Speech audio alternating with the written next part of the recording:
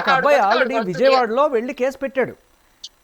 అది ఇప్పటిదాకా ఏమైంది, ఏ రకమైన అప్డేట్ లేదు. ఏప్రిల్ 2026 అదే సార్, అదే చెప్తున్నాను.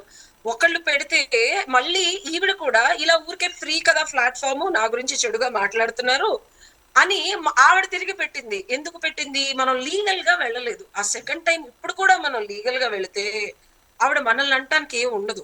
ఏదైతే ఈ మీడియా వారు ఉన్నారో, లేకపోతే ఎవరైతే ఇలా ఇంపాక్ట్ ఒక మహిళా సంఘాలు కానీ, ఒక యాక్టివిస్ట్ అసోసియేషన్ కానీ, ఒక ఎన్జిఓలు కానీ కలిసి మూకమ్మడిగా దీని ఒక లీగల్ పర్స్పెక్టివ్ లో నేను కావాలంటే ఒక ప్రొబోనో కేసులో చేయమన్నా చేస్తాను దీన్ని. నేనుండే 100 కేసు. ఒక చిన్న ప్రశ్న ఏంటంటే, ఒక సాధారణమైనటువంటి ట్రోలరు ఒక సెలబ్రిటీని ఏదైనా కామెంట్ చేయగానే వాళ్ళు పరిగెత్తుకుంటూ పోలీస్ స్టేషన్ల చుట్టూ తిరుగుతూ ఉన్నారు, వీళ్ళ మీద కేసులు పెడతా ఉన్నారు. మరి ఒక సెలబ్రిటీ హోదాలో ఉన్నటువంటి వ్యక్తికి అంటే సాధారణంగా సోషల్ మీడియా ప్లాట్ఫామ్లో ఏం మాట్లాడాలో కూడా రూల్స్ రెగ్యులేషన్స్ లేవా? వాళ్ళకి అవన్నీ తెలియమంటారా? నేను అదే చెప్తున్నానండి. ఇప్పుడు క్రైమ్ అనేది ఎగ్జాంపుల్ చెప్తాను. ఒక దొంగతనం చేయకూడదని దొంగకి తెలీదా?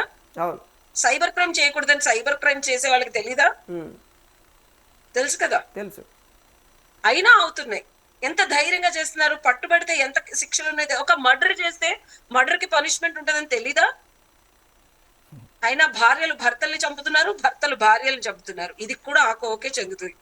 వీళ్ళు చేసేది వీళ్ళు చేసుకుంటూ వెళుతున్నప్పుడు, ఖండించేవాడు లేనప్పుడు, ఖండన జరగనప్పుడు, ఖండన జరుగుతుంది అనే భయము చేసేవాళ్ళు లేనప్పుడు క్రైమ్ అనేది జరుగుతూనే ఉంటుంది.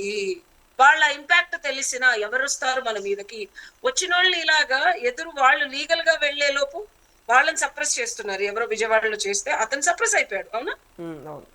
మళ్ళీ ఆవిడ మీద కేసు ఎవరు వేశారు? ఒక మహిళా సంఘాలన్నీ ఇట్లా మీడియా ముందు మాట్లాడుకునే వాళ్ళు కూడా ఒక 4-5 కలిసి ఒక మహిళా సంఘం లాగా పెడితే ఇప్పుడు మేమైనా మీకేం పని అంటారు, మా మీదకి వస్తారు. అర్థమైందా?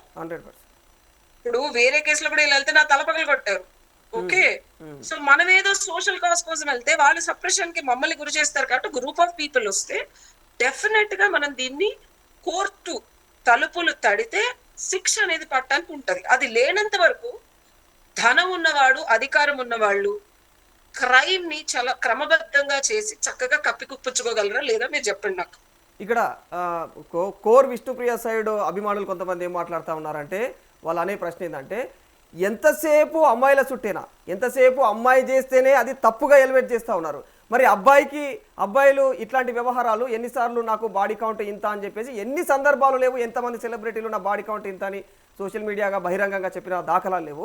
ఇప్పుడు విష్ణుప్రియ చెప్తే తప్పయిందా ఈ వ్యవహారం అన్న కోణంలో కూడా వాళ్ళు ప్రశ్నిస్తారు. దీనికి సమాధానం ఏంది మేడం? 100% ఇది నేను ఒప్పుకుంటా. అబ్బాయిలు ఏ పరిధిలో ఉన్నారు, ఏ స్థితిగతిలో ఉన్నారు, వాళ్ళు ఎందుకు మాట్లాడారు? ఈవిడ ఏ పరిగణలో ఉంది? బాడీ షో చేసుకుంటూ ఒక వల్గారిటీని ప్రమోట్ చేస్తూ ఆవిడ బతుకు తెరివే ఇదయ్యి 10 లక్షల నుంచి 30 లక్షలు సంపాదిస్తూ ఇంకా పెరుగుతోంది. ఇదే ఈవిడకి ధనార్జన, ఇదే ఈవిడ పెట్టుకున్న ఒక ట్యాగ్.